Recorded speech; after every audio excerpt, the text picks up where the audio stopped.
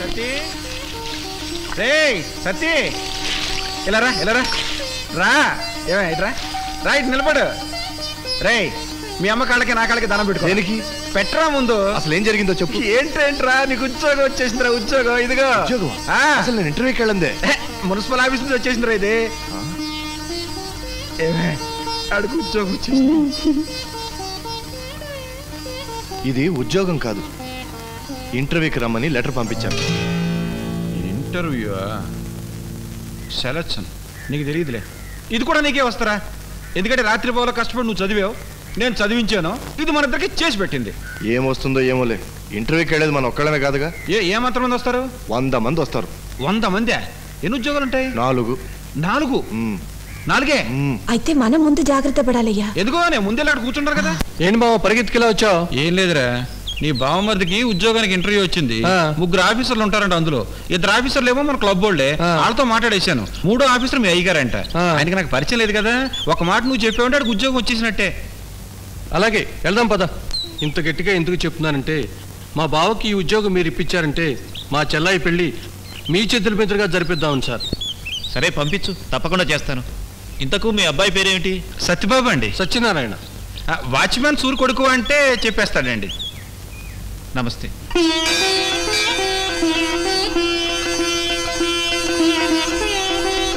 అదేంటి అక్కడ పెట్టుకున్నావు? లేకపోతే టకప్ చేసి బొట్టు పెట్టుకుంటే పల్లెటూరు గబ్బిలే అనుకుంటారు. జీవి సత్యనారాయణ గారు ఎవరండి? నేనే. పిలుస్తున్నారండి. Good morning sir. Good morning. Are you mister G V Satyanarayana? Yes sir. మీ నాన్నగారి పేరేమిటి? సూర్యనారాయణ అండి. అంటే వాచ్మెన్ సూర్య కొడుకు కదూ? కాదండి. కాదా? అయితే మీ నాన్నగారు ఏం చేస్తారు? సూర్యనారాయణ. సూర్యనారాయణ. సరే, ఏం చేస్తుంటారు? Business man. బిజినెస్ మ్యానా? సార్, మా బావ ఇంటర్వ్యూలో సెలెక్ట్ అయ్యాడా సార్? ఇంటర్వ్యూ జరిగింది, కానీ మీ బావ ఇంటర్వ్యూకి రాలేదే. రాలేదా? రాకపోవడం ఏమిట్రా? నేనే కదా దగ్గరుండి పూజ చేయించి మరీ పంపించాను. ఒకవేళ ఆయన వాచ్మెన్ సూర్ కొడుకు అని అడగలేదేమో. అడగకపోవడం ఏమిటయ్యా? వాచ్మెన్ సూర్య కొడుకు అని గుచ్చి మరీ అడిగాను. కాదు, బిజినెస్ మ్యాన్ కొడుకుని అని చెప్పాడు. ఏంటి, బిజినెస్ మ్యాన్ కొడుకు అని చెప్పాడా? అవునయ్యా, నాకే కాదు మెంబర్స్ అందరికీ అలాగే చెప్పాడు.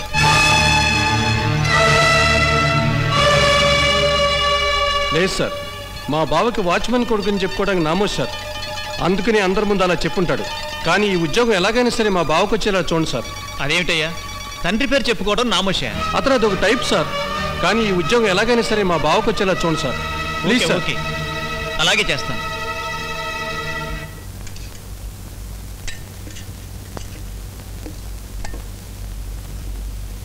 నిన్న ఇంటర్వ్యూకి వెళ్ళావా?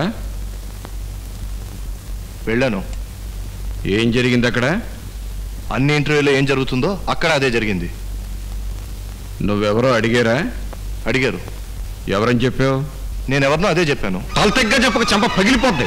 నువ్వెవరు కొడుకు అన్నావు? సూర్యనారాయణ కొడుకు అని చెప్పాను. అదే సూర్యనారాయణ ఎవరన్నావు? సూర్యనారాయణ ఎవరంటే ఏం తెలుస్తుంది? మహాత్మా గాంధీ అని చెప్పాలా, జవహర్లాల్ నెహ్రూ అని చెప్పాలా? మహాత్మా గాంధీ అని చెప్పక్కర్లేదు, జవహర్లాల్ నెహ్రూ అని చెప్పక్కర్లేదురా. వాచ్మెన్ కొడుకని చెప్తే చాలు. వాళ్ళు అడగలేదు, నేను చెప్పలేదు. రే, అబద్ధం చెప్పేవంటే చంపేస్తాను. ఇంటర్వ్యూలో రామరాజు గారు నువ్వు వాచ్మెన్ సూర్య కొడుకువేనా అని అడిగారా? అడిగారేమో. అడిగారేమో కాదురా, అడిగారు. ఏమోనయ్యా, ఆ కంగారులో ఆడు విన్నాడో లేదో. ఆడేం కంగారు పడలేదే. ఆడు బాగా నిదానంగా ఆలోచించి చెప్పాడే. మీ నాన్న ఎవరు అని అడిగారు. సూర్యనారాయణ అన్నాడు. సూర్యనారాయణ అంటే అదే వాచ్మెన్ సూర్యే కదా అన్నారు. కాదు, బిజినెస్ మ్యాన్ అని చెప్పాడు ఈడు.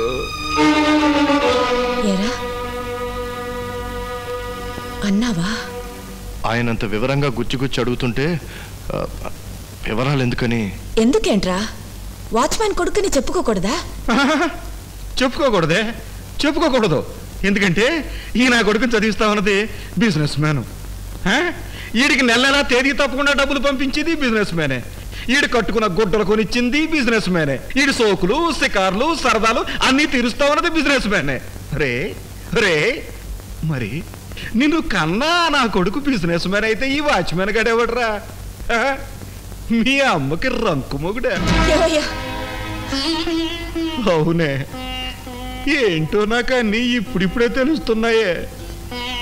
నేను కాలేజీకి వెళ్ళినప్పుడు ఆ వాచ్మెన్ దగ్గర ఏం చెప్పావు, ఆ షెడ్డు మానకిన్ దగ్గర ఏం చెప్పావు అన్నాడు. గుచ్చి అప్పుడు ఎందుకు అడిగాడో నాకు ఇప్పుడు తెలుస్తా ఉందే.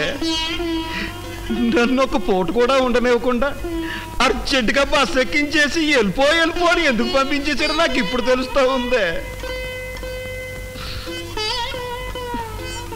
చదువుకొని తల్లిదండ్రుల వల్ల బిడ్డలకి మార్కులు తగ్గిపోవే, ఆ బిడ్డల వల్ల తల్లిదండ్రులు బతుకులు మారిపోతాయి.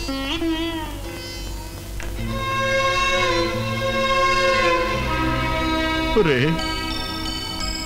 నాకొక్క నిజం చెప్పరా. నేను కాలేజీకి వచ్చినప్పుడు నేను ఫలానా అని తెలిస్తే నీ మార్కులు తగ్గిపోతాయని చెప్పేవు. అది అబద్ధమే కదరా? అది అబద్ధమే కదరా? చెప్పరా చెప్పరా నువ్వు. రే చెప్పు, నిజం చెప్పు. అది అబద్ధమేగా? అది అబద్ధమే కదా? చెప్పరా రే, నిజం చెప్పరా.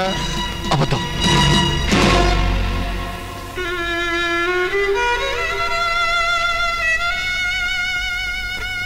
ఎందుకు చెప్పావురా? చెప్తే నలుగురిలో చీప్గా ఉంటుందని.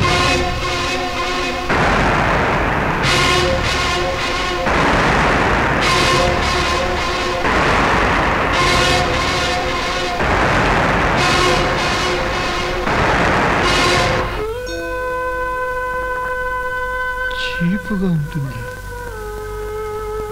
నీ బాబు వాచ్మెన్ అంటే చీపుగా ఉంటుందా?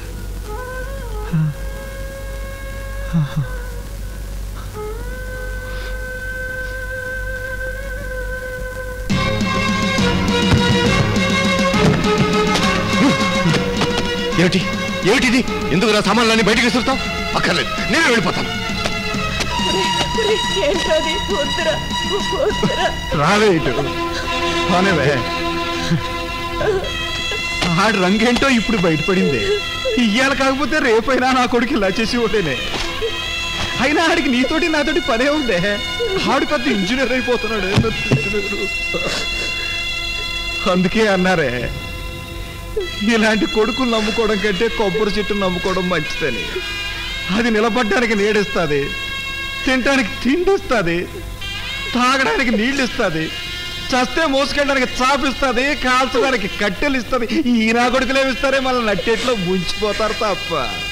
రే పోరా రే.